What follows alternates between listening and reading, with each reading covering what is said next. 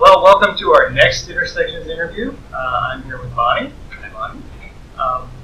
And like I said, we'll jump right into the questions if you're okay with that. Absolutely. So you identify sexually as bisexual, but you're romantically heterosexual. So what does that mean to you? Well, actually what that means for me is that I've never actually had an interest in having any kind of romantic relationship with a female. However, I am sexually attracted to females. I've had sexual experiences with females. I'm very attracted to females actually. I admire human bodies in shape and form. But I've always been, very fond of females and in sexual experiences and whatnot. But like I said, I've never actually had an interest in pursuing any kind of romantic relationship with females. So that's why I kind of identify that way. Because I didn't think about it, It didn't make me stop and go, what am I? Because I do have this somewhat attraction to females, but I've never actually wanted any kind of romantic relationship with them. And you also identify as genderfluid with a female gender expression. Correct. So, and that actually comes from the fact that I grew up with three brothers, right? Oh. And growing up with three brothers, very close to three brothers, they're my best friends. I tend to deal with situations more like a male would. I identify more with my father than I with my father. My brothers do. I'm more aggressive. I'm more assertive. I'm more, not the typical female attributes, the softer, the kinder, whatever. But I'm very feminine in the way I present myself physically. But I've always had that kind of problem, feeling like I fit in because I've never felt like I fit in with girls. Like if I get around a group of girls, I'm very uncomfortable. I don't know how to relate to them as easily as I do in a room full of men. Like you put me in a room full of men and I'm really at ease. I feel like I'm a boy and I'm good. You put me in a room full of women and I'm on edge and weird and watching things. I don't know how I'm gonna offend somebody or I'm gonna hurt somebody or whatever. So it's a little different for me. And then you also, on your questionnaire, you said you're romantically and sexually monogamous. So what's that actually that kind of came about from experiencing different kinds of relationships. I was in an open marriage. I had an open marriage with my ex-husband, and after having that and seeing what it kind of did to us, both good and bad, I came to the realization that I really do function in a much healthier way in this relationship. So I definitely found that for me, monogamy is really where it's at. I don't have anything against it, and anybody else doing it, but I found that for me, living the healthiest lifestyle was in monogamy. So I just don't have the energy. But I put so much into every relationship, I don't have the energy to put into more.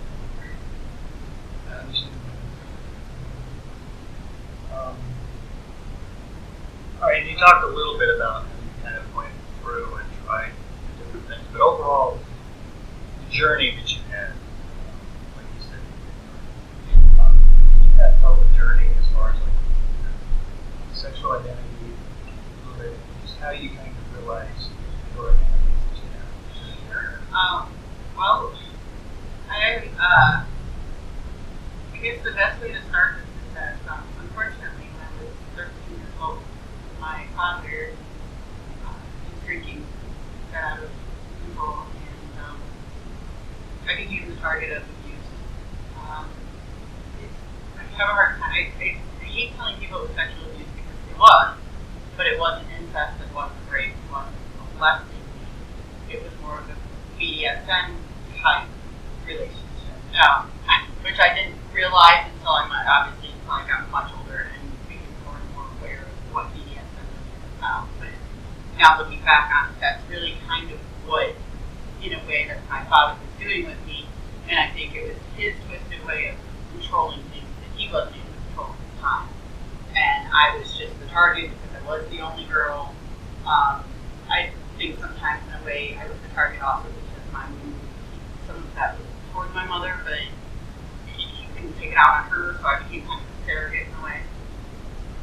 And then on the other hand, I had a mother who was incredibly prude and very much a goody-goody, and was very much trying to teach me to be a very, good and proper female and a good girl and everything. And so I had this struggle going on with me where basically one parent treating me treating me also with a sex target, but trying to protect and shelter that. So of course that led to all sorts of maybe not so great choices. I've also, bipolar and was not diagnosed until much later in life, so I'm sure a lot of my experiences were based on, decisions that I was making during maybe not so clear-headed thinking. But I know that about that time is when I started to realize that I, of course, started developing early. I went through puberty pretty quick. I got tall, thin, beautiful. I was 14 years old. I was 18. Attracted a whole lot of male attention, and I loved it. I loved every minute of that male attention. I loved attention, period. But my whole identity became around what I thought as myself and what I would work as a sexual object to anybody and everything. All that mattered were my looks. All that mattered were how I could get other people to do for me through my sexuality, more or less.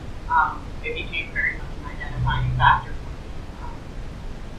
We got to the point that, I went through high school, I lost my virginity at barely 15 years old.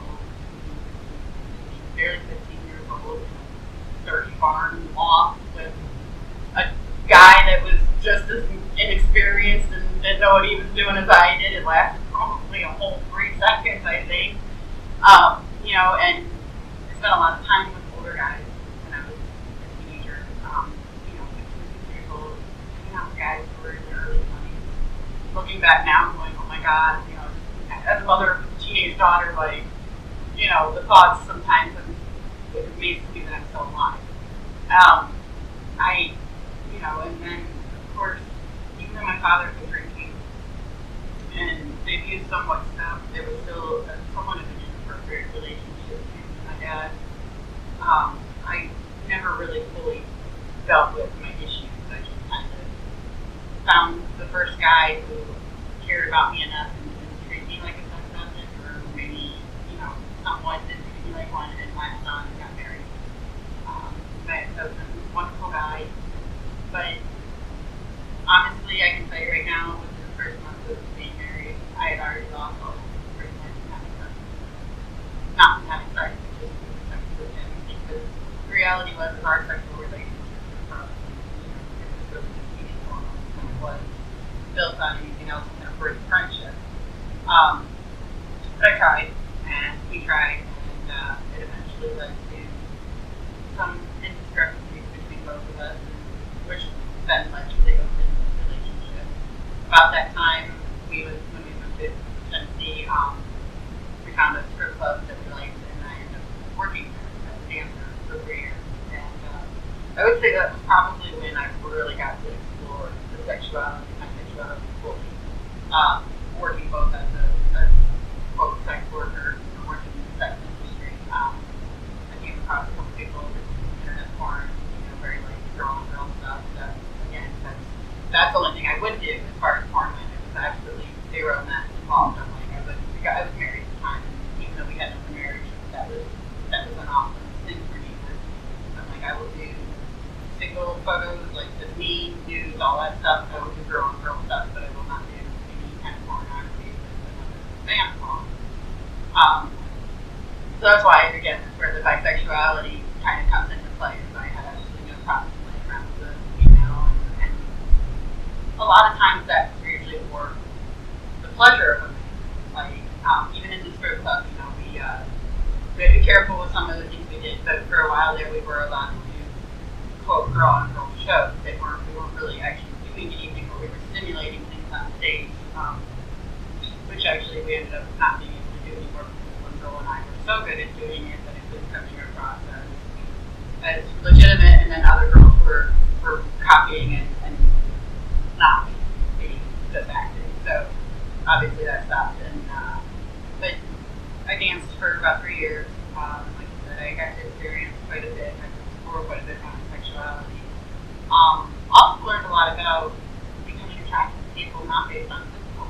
That was about the time that I stopped seeing so much physical appearances and started seeing more into people's personality-wise and seeing people for their personality and finding a sexual attraction to people that I wouldn't maybe necessarily find sexually attractive in other, in the very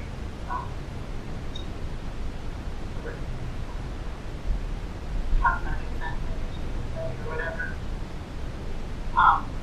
And then coming out of dancing, when I quit dancing, was about the time that my marriage was falling apart, and I was in a not healthy relationship. My husband and I were still married at the time, and both living with significant others all together.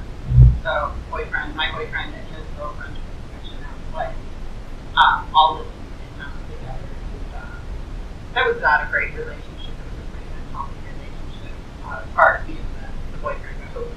And about the time that all ended,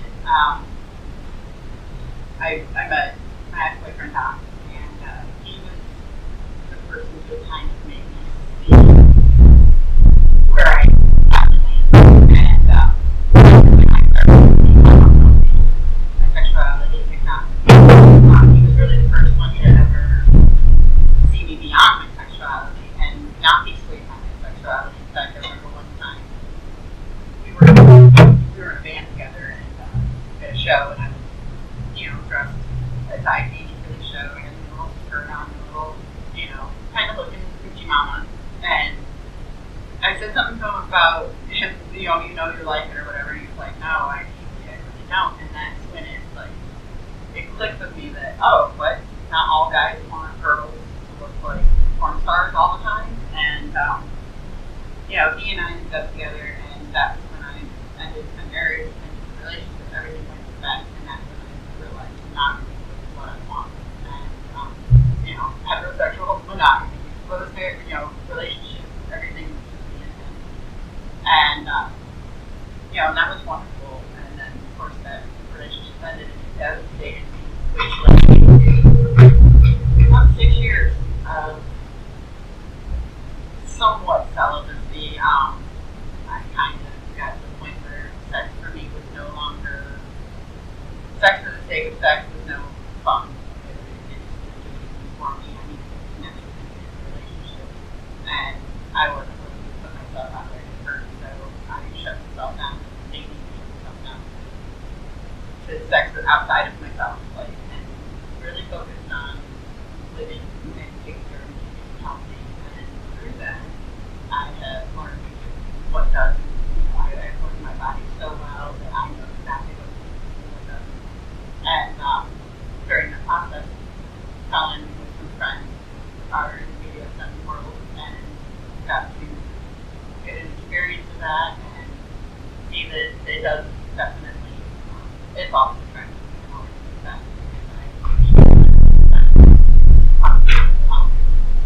Lifestyle there is proper follow. And that's one of the things I did get to learn in that experience was that one of the people involved was trying to be a part of something that they had really no clue what they were doing. And I got to see that, somebody who really did know what they were doing and somebody who really didn't know what they were doing, which helped see that, where that line is. And, now I'm fully open to experience sex for me beyond just the typical, norm I I've always liked. But it led me to monogamy, it led me to a healthy relationship and a very healthy love for myself, both as a human being and as a sexual being. I still love my sexuality. I'm very proud of it. I'm not ashamed of it. I don't try to sit myself and put myself into a box anymore. Actually, answering these questions are very difficult because I don't like that. And it's like, and I'm one of those people that I'm like, well, I kind of fall here, but I also kind of fall here, and I kind of fall here, and I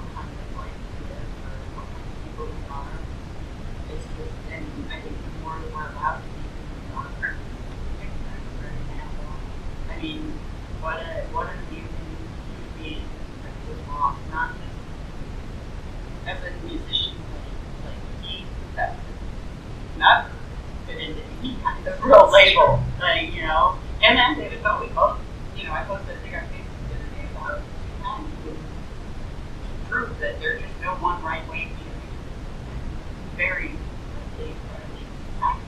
expecting that who were very feminine and androgynous, and their sexuality was beyond definition, and that, I think that's really what ultimately was knowledge.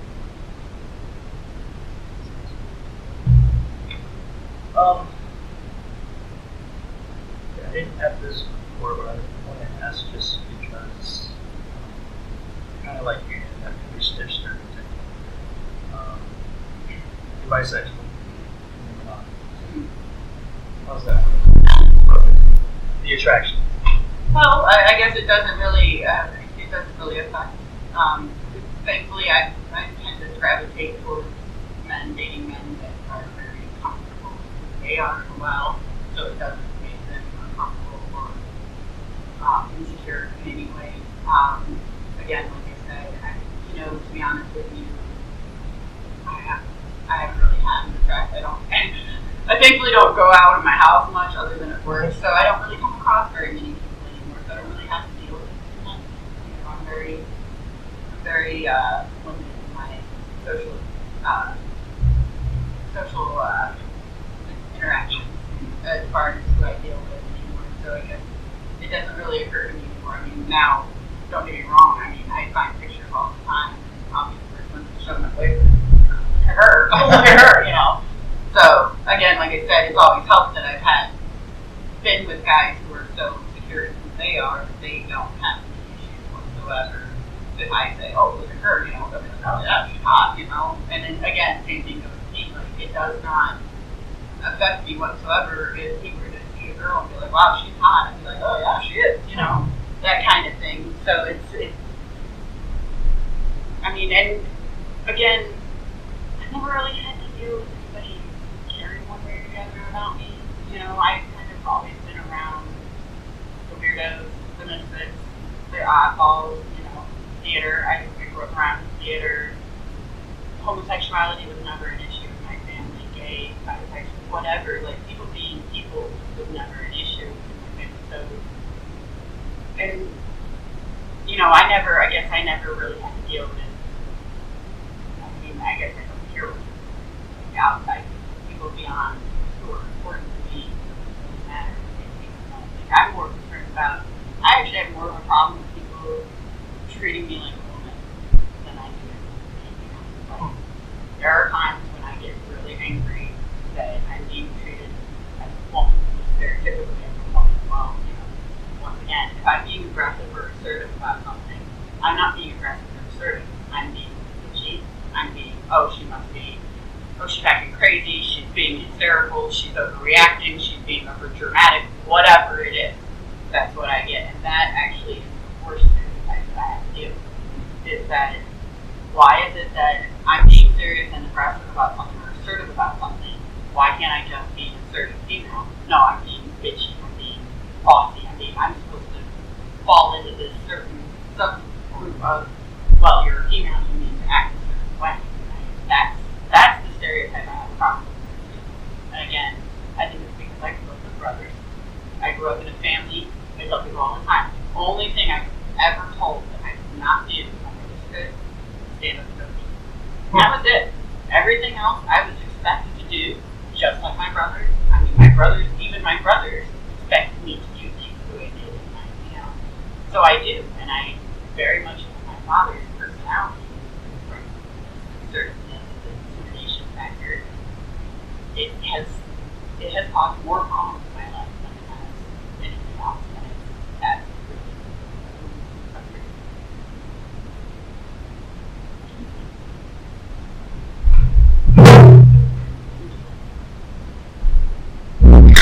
So the last little part of this, just talking about the different ways that you see your gender, your relationships, how they've affected you in different areas of your life. So I'll just kind of go through this. And it's okay to say it hasn't. Right. Some of you probably know. Number one, how have they affected you socially?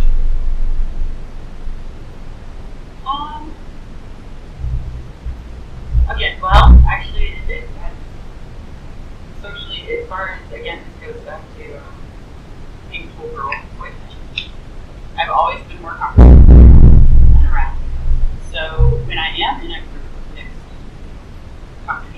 both male and female, I still tend to gravitate towards the guy.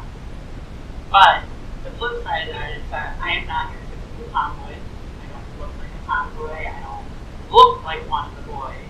So I was always perceived as being flirty or trying to get attention, or so it actually cost me more problems with females than it did the males. And the males still, on one hand, would treat me like one of the guys, but yeah, of course, there was still always that line there because I was cute, so there was still some flirting, there was still a little bit of that, but I found that I was often accused of trying to go for people's husbands or boyfriends or whatever because I would connect with guys because that's just who I gravitated towards. So it was always difficult for me to work really strong enough. I was always seen as a competition. I was always seen as some kind of outsider, I guess, or whatever. So I tended to have a lot of guy friends, which of course then labeled me with slut. I mean, I've been pretty much called slut or whatever, all those terms from the time I was about 12 years old, 13 years old, because again, I was comfortable with boys, so therefore, because I was comfortable with them, talk to them, joke around with them, play around with them, I must be sleeping with all of them as well. And that, I think, somewhat led to some of my promiscuity in my teen years and early 20s, because I think that kind of did shape my idea of I wasn't anything more than a stepdaughter. It wasn't just one person or two people thinking it was like everybody was kind of in my market constantly from all directions. That's what I could do.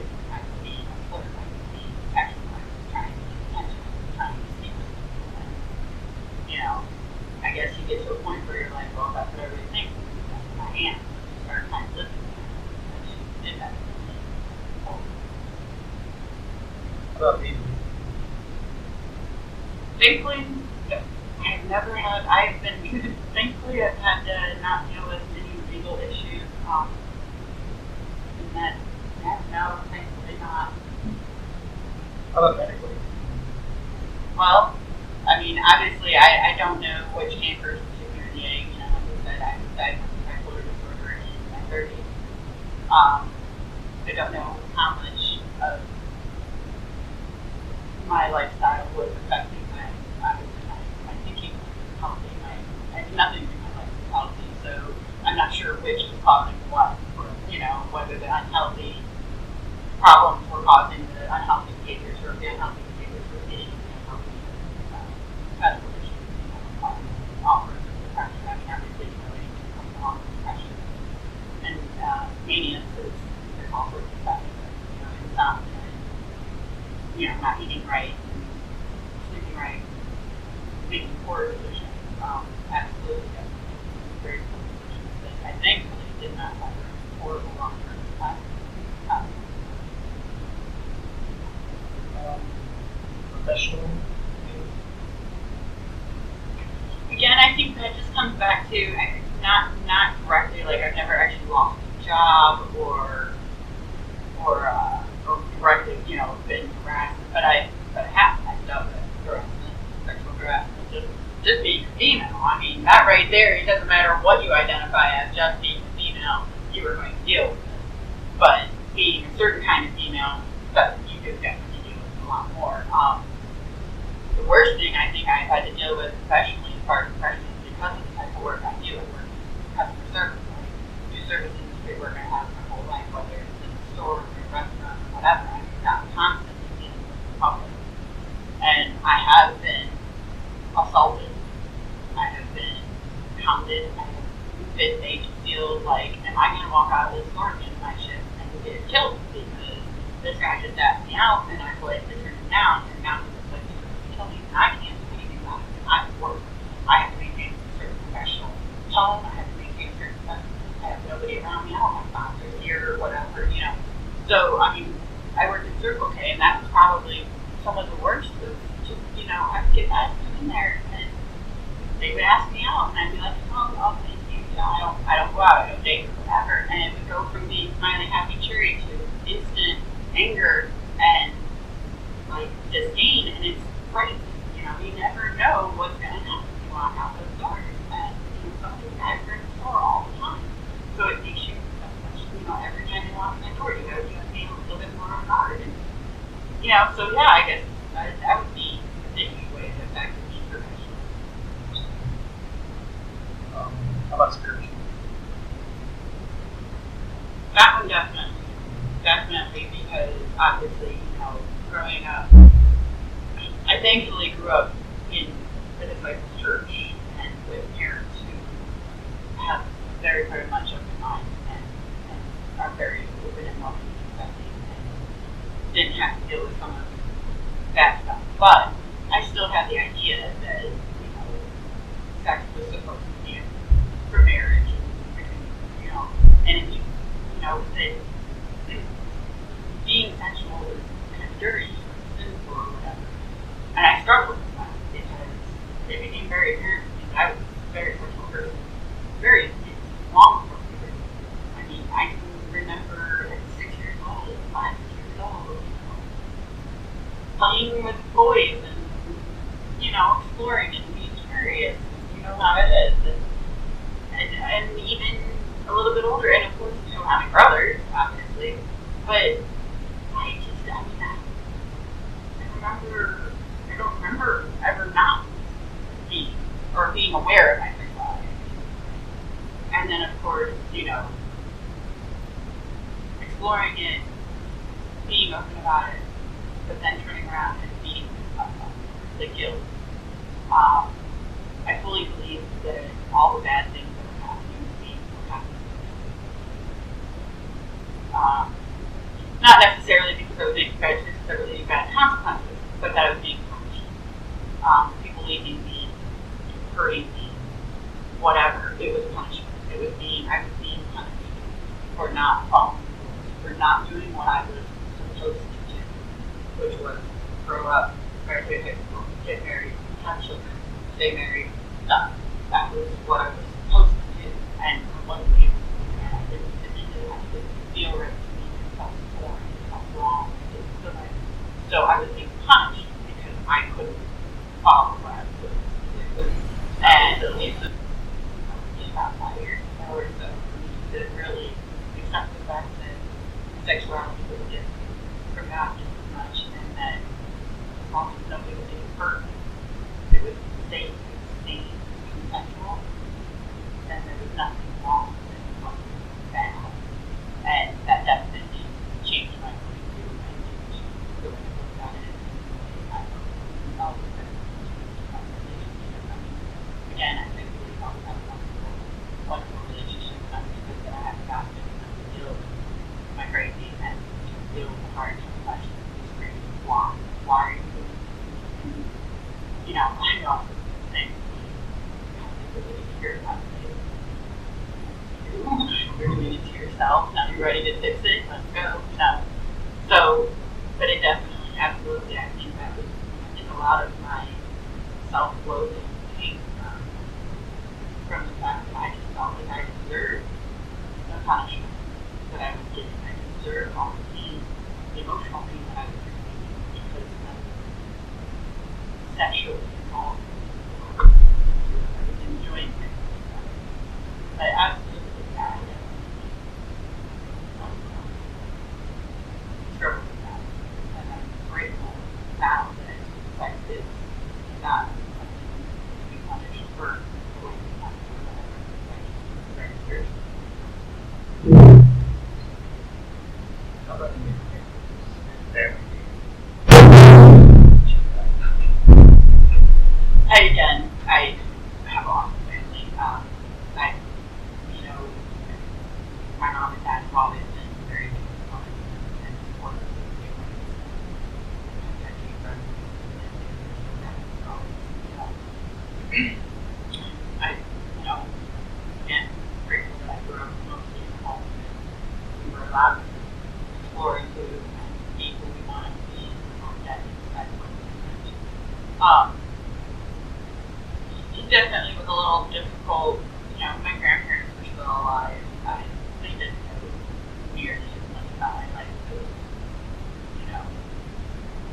they could have, but there were things that they didn't need to know. I knew they wouldn't approve. I knew it wouldn't be comfortable. They were okay on that one. You know, you have some family members who have their opinions, and it's all the time to hear them say some things, and I have to be careful on. I don't usually fight back too much because nobody really says anything for me, you know, offensive or anything, but I definitely have some family members who don't think quite as openly, and, you know, it's just kind of learn with them, but, you know, now with our families, you know, we love having kids. My brothers have children, we have teenagers, and a couple of them come out and have declared that they were bisexual, which actually was the response I had to all three of them, because all three of them were active. But you know, well, you're not doing anything yet until you start having sex. Let's not label ourselves, but absolutely, you know, if you're attracted to men, you're attracted to girls, whatever, however you are, as long as you're happy, healthy, and being treated by people. And that's pretty much everybody's attitude in my family. As long as you're healthy and happy, then by all means move on. And so I do think that may be why more than because I did have a nurturing environment for that. And you know, I feel like don't have that support going on in their life. You have to deal with a lot more of that. I don't do it. Yeah. Even when I was younger. My mom, and as weird as my mom is and everything, instead of getting angry with me or judging me or looking down on me, she started to learn that you're about 5 people. They're just everyday people trying to make life, trying to live in it. Not all of it's bad, and not all of it's horrible, and not all of them are abused or mistreated or anything like that. It did kind of open my eyes a little bit more to people that maybe she wouldn't have thought of to think about, you know, in that sense. So I think in a lot of ways that maybe, you know, lucky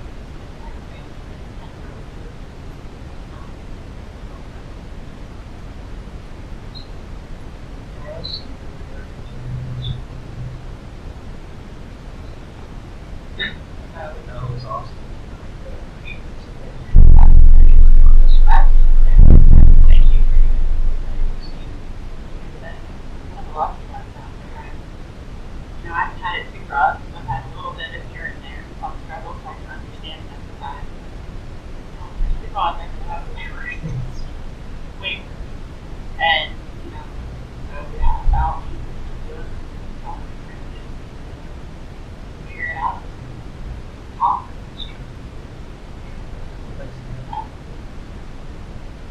Hey, this is Mike. Thanks for watching. If you'd like to see some more videos, we'll be getting them out onto our YouTube channel, and you can also check them out on the Facebook page and our website, intersections.info. If you'd like to be interviewed, there's a link below that'll show you how to go through the process and get in touch with us so we can interview you. If you'd like to help support us financially, we do have a Patreon campaign set up. If you contribute monthly at the bronze level or higher, we'll give you early access to all the videos about 24 hours before everybody else gets to see them, plus some private chats and things like that are available. So check that out. And if you'd like to just make a one-time contribution, we do have a GoFundMe campaign that's out there to try to get some better equipment, things like that. So check us out and let us know what you think in the comments, and appreciate it. Thanks.